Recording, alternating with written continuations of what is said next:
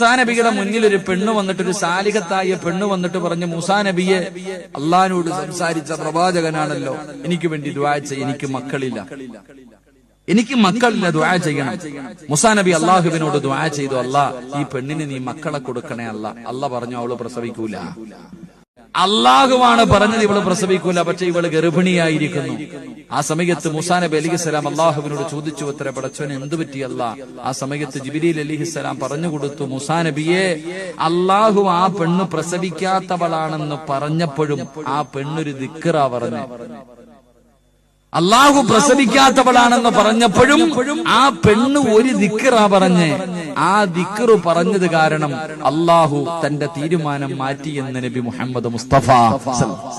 അപ്പൊ അതുകൊണ്ട് ഇൻഷാ അല്ലാഹ് മക്കളില്ലാത്തവർക്ക് പറഞ്ഞു കൊടുക്കേണ്ട ദിക്റ് യാ റഹീമു യാ അല്ലാഹ്. ഇതെന്നെ കരുണയുള്ള അല്ലാഹ്. അള്ളാഹു നീ പ്രസവിക്കില്ല എന്ന് പറഞ്ഞപ്പോൾ ആ പെണ്ണ് പറഞ്ഞത് കരുണയുള്ള റബ്ബേനെ വിളിച്ചേ. അതുകൊണ്ട് അള്ളാഹു മക്കളെ കൊടുത്തു. എന്റെ പ്രിയമുള്ളവരെ, ഈ ദിക്റ് മക്കളില്ലാത്ത പാവങ്ങൾക്ക് പറഞ്ഞു കൊടുക്കണം. അള്ളാഹു ആ പാവങ്ങൾക്ക് മക്കളെ കൊടുത്ത് അനുഗ്രഹിക്കുമാറാകട്ടെ.